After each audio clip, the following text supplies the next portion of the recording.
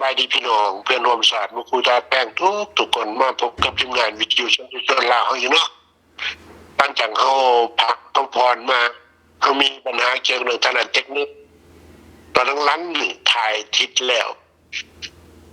ถ่ายปีแล้วเขากับบริออกรายการก็เลยมือนี่เนี่ยเป็นการจะเป็นมือเทคนิคกับเป็นว่าได้เนาะเราโอเคไม่มีปัญหาหรอกอันนี้มันเป็นของธรรมดาที่ว่าไปกับต้องพบเพาะเมื่อเขามาออกรายการเป็นสันทวิทย์สำหรับปี2023กันแน่นอนที่ชุดบ่มีอย่างหรอกเขาก็สิบอกวันพ่อในพ่อแม่พี่น้องทุกคนพยายามอยู่กับความมวลความสื่ออยู่กับความสมหวังเขาปรารถนาสิ่งใดก็ขอให้ความปรารถนาของเขาจะได้พบแต่สิ่งชุดจงงามโดยเฉพาะยิ่งที่เป็นการต่อสู้ของพวกเขาเนี่ยเขาก็ถือว่าปี2023เนี่ยผมจะเป็นปีแห่งชัยชนะของพวกเขาอย่างแน่นอนพอไปตอบคำจะเองกับพยาวงยาวสำหรับรายการของมือนี้เนี่ยมันมือวันเสาร์วันที่15 เดือนมกราคมปี2023ปัจจัยกับมีหลายสิ่งหลายอย่างแห่งงานล่าประลงถือครูที่อยู่นครนายกครับจะว่าเรื่องสายสัมพันธ์อันดีงามกับเช็กที่มีต่อโซเวียตมันดีมันงามป่ะมันครบป่ะหรือว่าอยู่ไปอยู่มันหรือว่าเช็กนี่บทต้องการจะมีปัญหากับสหรัฐอเมริกาจึงมาย่อมกับไปพัวพันเฮ็ดให้รัสเซียเนี่ยดีโมดีใจได้หรือว่าเช็กนี่ลินละครป่ะทำตามว่าโบถือโบตอกเงินตัวรัสเซียจะไม่ได้ขนาดเดียวกันเพิ่งผ้าพลังงานจากประเทศดังกล่าวเนี่ยก็ต้องเก็บยังเริ่มรับบิลีโดยเฉพาะโบยไอ้ไม่การนี่ลงโทษอันนี้เนี่ยบอกแม่เขาจะบอกกันแบบจบงามบอกกันให้มีความเข้าใจกันหลายที่สุดเพราะสหรัฐอเมริกาเป็นประเทศมหาอำนาจเมื่อรัสเซียเขาไปลุกลานประเทศยูเครนก็มีการลงโทษกันแบบรุนแรงการลงโทษให้ผลหวังได้ผลมาดูบอกเมื่อนี้มีพร้อมกันจะมาบอกให้ฟังเขาจะอธิบายหลายสิ่งหลายอย่างความเป็นประเทศมหาอำนาจของสหรัฐอเมริกาในพลไม่มีใครจะปฏิเสธได้แจ็คสเปริงอเมริกาลงก็ดึงบ่ได้โซเวียตหรือรัสเซียปัจจุบันนี้เขาไปสงครามเฮ็ดให้อเมริกาประเทศพันธมิตรของเขาอยู่สหภาพยุโรปมีปัญหาเขาก็สามารถแก้ไขกันได้พ่อแม่พี่น้องอนุญาตให้ครับเจ้า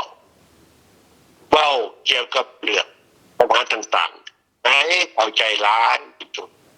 ปัญหาธรรมิติเราเป็นปัญหาแห่งงานลาบอยู่ประเทศไทยยามสงบบ่มีสงครามรัฐบาลลาวบ่สามารถจะเป็นหนึ่งคือนักลงทุนเขาสู่บ้านเฮาได้มันจึงเฮ็ดให้ลูกให้หลานพ่อแม่พี่น้องเป็นล้านคนฟังคักๆเลยเป็นล้านคนถึงหญิงถึงชายเอาแรงงานที่สำคัญที่ปรองไปเฮ็ดให้เศรษฐกิจของท่านนี่เป็นตนเป็นโตมีความเติบโตกันแบบเป็นปัญหาอ่อนซ้อนตอนตัวลาวเฮาเองแหละบ่มีหยังจักนี่คือเขาจะว่าอาศัยข่าวจากวิทยุเอเชียไม่นี่เหตุเกิดขึ้นเมื่อวันที่9 เดือนมกราคมเมื่อ6 มื้อก่อนหญิงลาวเขาพลอายุ34 ปีชื่อว่านางนวลมาจากลาวงาแผงสารวัตรหอบลูกน้อยไปเฮ็ดเวียกอยู่นครนายกไปเฮ็ดอยู่ร้านอาหารนี่เพราะว่าก็เป็นร้านอาหารธรรมดาแบบบ้านๆจะมาบังคับให้เขาเฮ็ดเวียก13-14 ชั่วโมงจะ7 โมงเช้าถึง8 โมงแรงเงินบ่จ่ายเขาต้องการจะกลับเมืองลาวกลับบ่ได้ของงานเอาลูกเป็นสิ่งที่มาค้ำประกันโชคดีน้อยหนึ่งพระนางนวลสามารถติดต่อประพันธ์ครับสมาคมช่วยเหลือของลาวเขาจึงไปอาศัยให้กระบวนการยุติธรรมของประเทศไทยNGO เขาจึงเข้าไปซอยตำรวจกรมแรงงานเขาไปกวดไปคันในผู้มาของนางนวลนี่ถึงแย่งชิงออกจากหาดดังกล่าว ไปอยู่กับความปลอดภัยแล้วสร้างจำนีนี่พอเป็นโรคเขาจะอธิบายนางนวดอายุ34 ปีจากเรามามีปัญหากลุ่มพวกมาจากใครมาจากผู้ปกครองเล่าระบอบคอมมิวนิสต์กับว่าปกครองบ้านคงเมือง30 ปีเขาเห็นนางนวลมีปัญหามันโมเมนต์จะนางนวลคนเดียวข่าวผ่านมาเนี่ยอยู่แข้งอื่นบาทอื่นเมืองอื่นจะมีปัญหาแบบใดก็นั่งนวดจะเข้าบทสามารถจะเอาข้อมูลมาอธิบายได้ให้มันแจ้งมันข่าวที่เขาจะเมื่อแห่งงานเล่าปัจจุบันนี้ลางไหลเข้าสู่ประเทศไทยมันเป็นหลานคนผู้โชคดีเป็นว่ามีเจ้ามีนายมีผู้ปกครองเรียกว่ามีปตรงจะมีความเป็นธรรมทำไมก็อยู่กับความปลอดภัยเรียบเรียกด้วยลักษณะพิเศษเดินกินเป็นประจำมันมีการจับกลุ่มกันมันมีการตบตีกันมันมีการทารุณกันอันนี้นี่มันแมนของธรรมดาอยู่ในสังคมแบบนี้มันต้องมีแบบนั่งนวลเกิดขึ้นอยู่ทุกคนทุกแห่งอันนี้แหละความเจ็บแสบของประชาชนลาวเอาเห็นแหละพวกโจรคอมมิวนิสต์ลาวแดงเขามาสถาปนาสปปลของมันปี1975มันขามันคุดมันแก้ไขเอาเห็นเลยว่าฝ่ายยังจัดมันแต่ว่ามันขาแต่ขาว่าศูนย์สัพพทุกเกิดขึ้นศูนย์อพยพก็เห็นอยู่เมืองไทย3 บ่อน 4 บ่อนอันนี้แหละครับจะจึงว่าคนลาวของเรานี่ครับจะบอกเข้าใจว่ายังเทเป็นดอกจึงลงโอ้ยการลงโทษในประดงครับจะว่าเลยมันบ่สมควรจ้าดีเลยลาวเฮาเนี่ยประดงเป็นส่วนสัตว์อยู่กับควบว่าไปลุกลานอยู่กับความสงบอยู่กับความสันติว่าเป็นเรื่องประวัติศาสตร์ผ่านมาเนี่ยเราเคยมีจักเสือเล่าหรือจะไปลุกลานประเทศหนึ่งจูดเราเผาเงินจะเป็นแก้วกระเมนไต้พม่าเจ็กมันมีจักเสือแต่ว่าเฮาเบิ่งแล้วเจ็กก็คือพม่าคือไทยคือแก้วคือกระเมนมันแย่งสิ่งเอาพื้นเป็นดินของเราจนมีคนแตกแยกกันแบบเห็นแหลบเป็นตะหนาหนาจาก6-7 แสนกิโลเมตรมณฑลยัง200,000คนเป็น100 ล้านยังถึง8-9 ล้านอันนี้แหละพอพี่น้องเข้ามาตั้งคำถามกันฉะนั้นจะมาพ่อแม่พี่น้องครับจะกินนกขาบให้พ่อให้แม่พี่น้องทุกคนไปวัดเขาวัดตั้งคำถามให้พระเจ้ามึงดูว่าเป็นยังเป็นจึงมาลงโทษเท่าแบบนี้นี่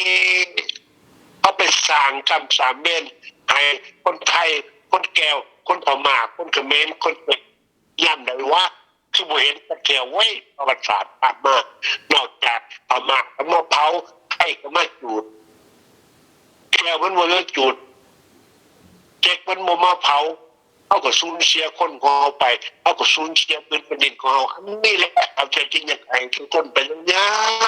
นกขาบอ่อนว่อนยาจะให้เทพเจ้าเป็นมันล่มโกรธเล่าเขาอีกต่อไปเด้อว่าแม่พี่น้องเป็นรวมทุกคนครับเจ้าเองด้วยฐานะว่ามีความเป็นเล่าแบบความเป็นเล่าด้วยของเขากระดูกคือแน่แต่ครับเจ้านี่ลืมความเป็นเล่านี่บ่ได้เวลาเขาจะเห็นความเจ็บความปวดความผิดของน้องจะเป็นอยู่วันไหนก็ตามเอาต้องเอามาศึกษาหามีว่าเป็นอย่างผ่าปวดหรือมันจะเกิดที่เขาจะถามมันว่านั่งนวลอยู่นครนายกมีปัญหาแบบเอาก็เลยมาเลี้ยวหนาเมืองพวกผู้นำเล่าแดงอยู่เมืองเวียงจันทน์เจ้ามีความหูซึกแนวใด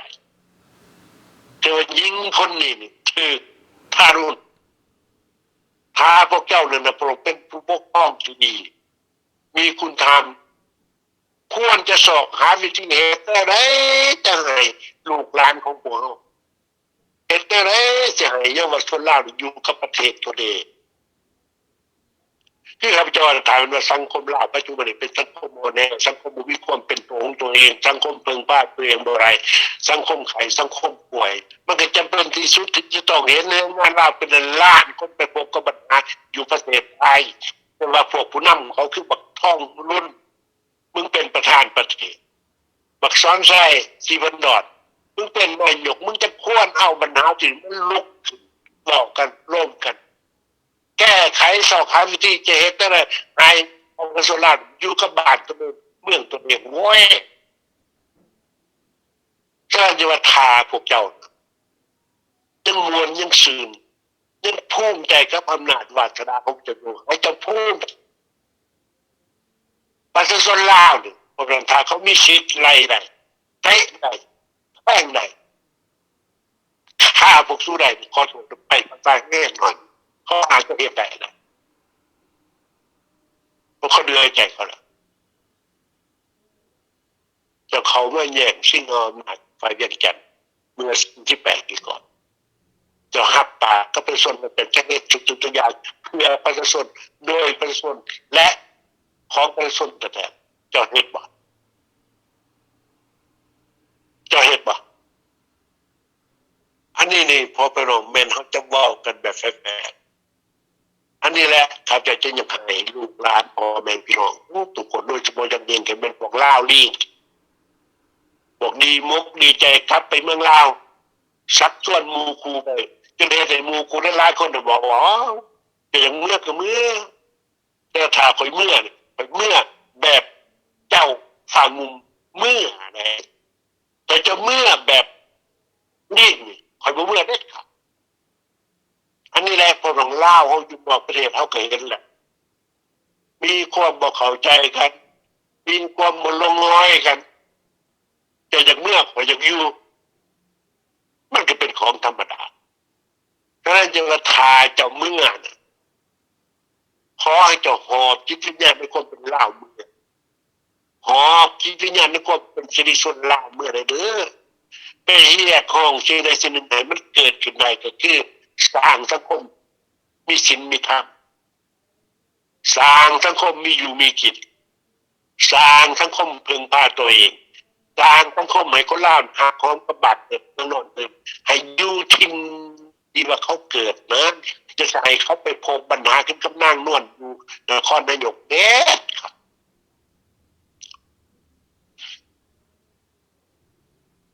อันนี้แหละพอไปรองปีใหม่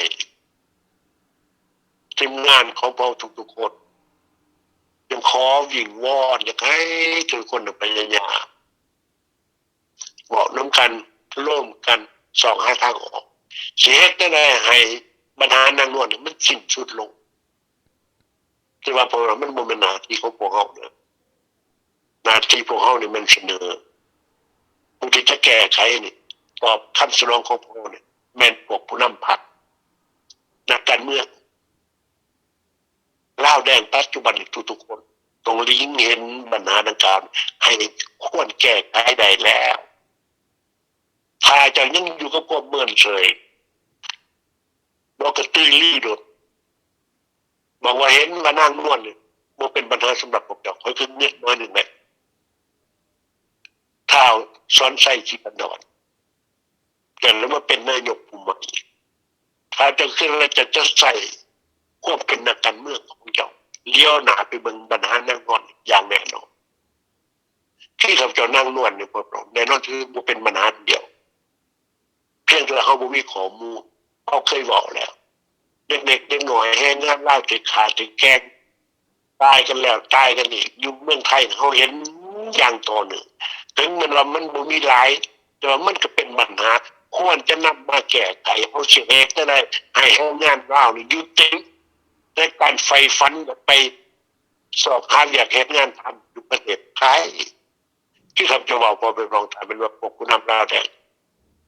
มันมีวิสัยทัศน์ในการปกครองประเทศมันฝังสังคมเราเป็นสังคมจุดจงงานบอกคนเป็นเผด็จการที่เขามาปกครองบ้านปกครองเมืองนักลงทุนไปเห็นเขากระหนาซ่อนเขาก็จะไปลงทุนเมื่อเวลามีการลงทุนอย่างหลวงหลายแหละลูกร้านเขานั่งนวดเขาจะไปบนครนายกไม่รู้จักเถอะที่เขาจะเวลาให้งานเล่าข้ามฝากไป ไปแบบเอาจิตวิญญาณในความเป็นดาวไป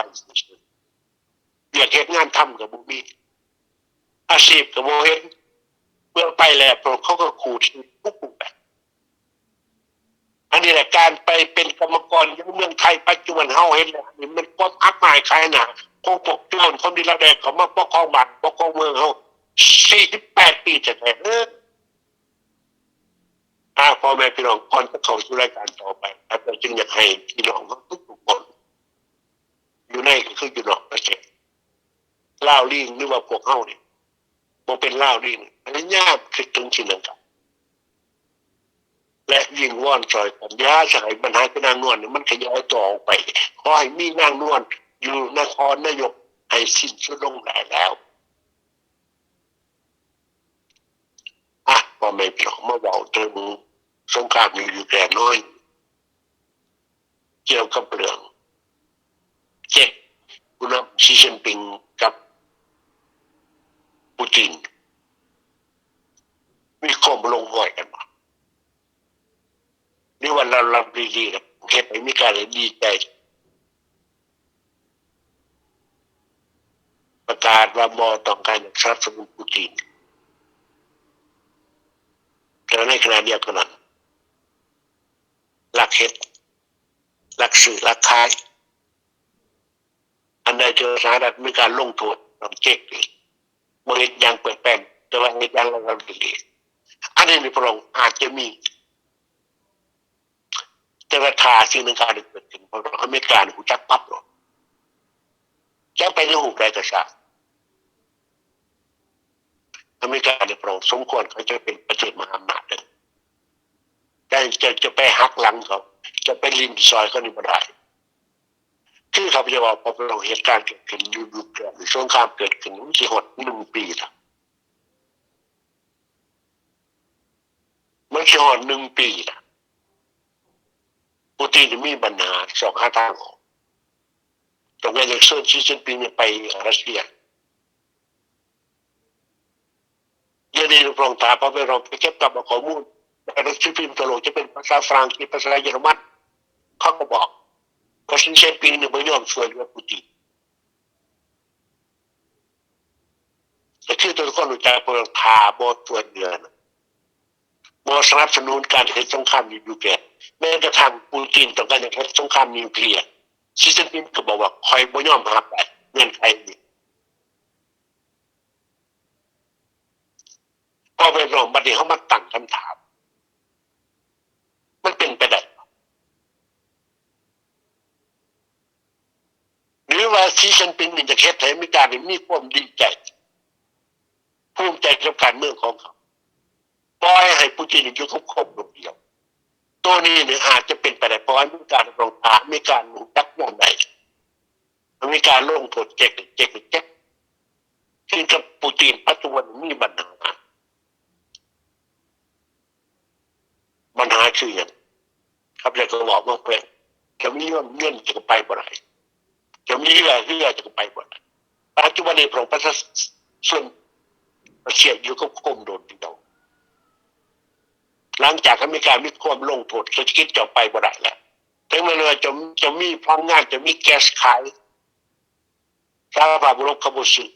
จะไปขายให้เจ๊กให้อินเดียในราคาถูกๆหมายความว่ารายได้ของเจ้ามัน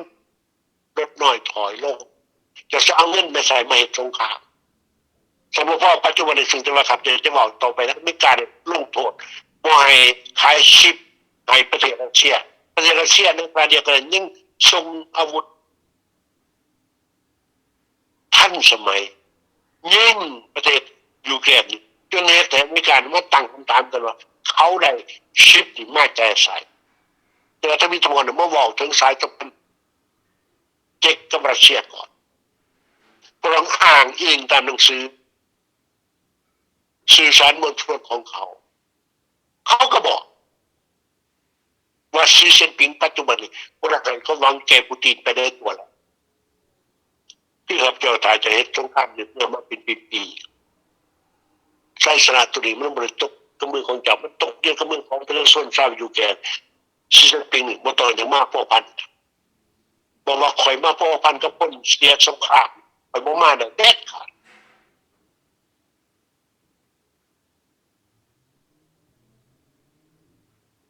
เจ็กกับรัสเซียเขาบ่มีความเชื่อมั่นว่าเขาจะมีสายสัมพันธ์แน่นแฟนกันได้เด็ดขาดให้พ่อแม่พี่น้องเลี้ยงหน้าไปเบิ่งสมัยก่อนครูเชฟกับเหมาเซ่ตุงมีปัญหาเรื่องชายแดนกันโอ้ถึงปีคอมมิวนิสต์กับคอมมิวนิสต์พลิกแข่งกันคอมมิวนิสต์กับคอมมิวนิสต์บ่มีความไว้เนื้อเชื่อใจกันคอมมิวนิสต์กับคอมมิวนิสต์บ่มีการช่วยเหลือซึ่งกันและกันคอมมิวนิสต์กับคอมมิวนิสต์แตกแยกกันจนแม้แต่โลกได้ดีมุกดีใจว่าคอมมิวนิสต์โซเวียตกับคอมมิวนิสต์เจ๊กแยกไปต้องกันบ่ได้แล้วอันนั้นแหละประวัติศาสตร์วันขึ้นมาเราเห็นแหละเวลารัสเซียต้องการจะเฮ็ดสงครามลุกรานยูเครนปูตินไปใส่ไปงานกีฬาโอลิมปิกฤดูหนาวไปแข่งปูตินเองก็ฟังว่าซีเจปิงก็ต้องให้ความร่วมมือของมือสงครามเกิดขึ้นเมื่อ24เดือนกุมภาพันธ์ปีแล้วซีเจปิงอยู่กับความมั่นเฉยถึงแม้ว่าบ่มีการประนามแบบพุ่นเดิมแต่ว่าประเทศเจ๊กนี่แล่นเขาไปกอดอเมริกาญาติอเมริกาว่าฐานอเมริกาเขาลงโทษเจ๊กนี่มีปัญหานักกว่ารัสเซียค่อยเอา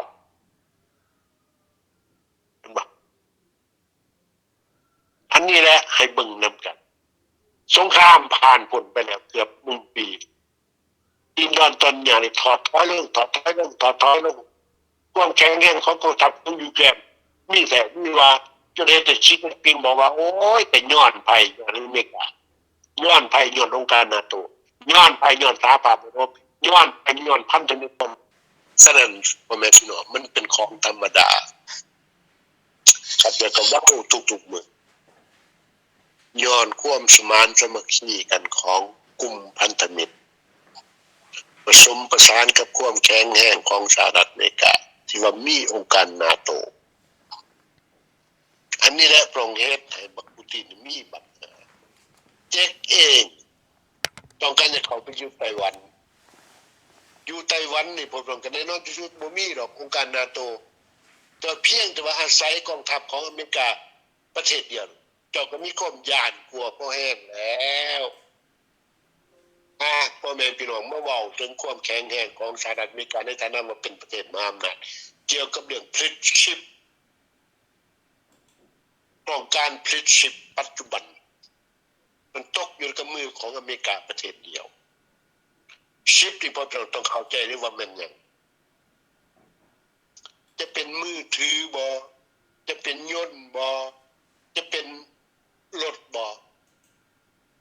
มันเป็นชิ้นน้อยๆนะพ่อแม่สมัยก่อนนี่ใหญ่ซ้ำฝ่ามือออกจากฝ่ามือมันน้อยๆลงเป็นซ้ำกันกับโป้มือออกจากโป้มือมาเป็นกันกับนิ้วมือบ่น้อยลงแต่ว่ามีความแข็งแรงมีสมรรถภาพอยู่ในหันเต็มเตรียมพร้อมเบิดเกี่ยพ่อเจ้าสิเอาซอเขียนซื่อเขียนได้แต่ว่าชิปตัวน้อยๆซอเขียนบ่ได้นะ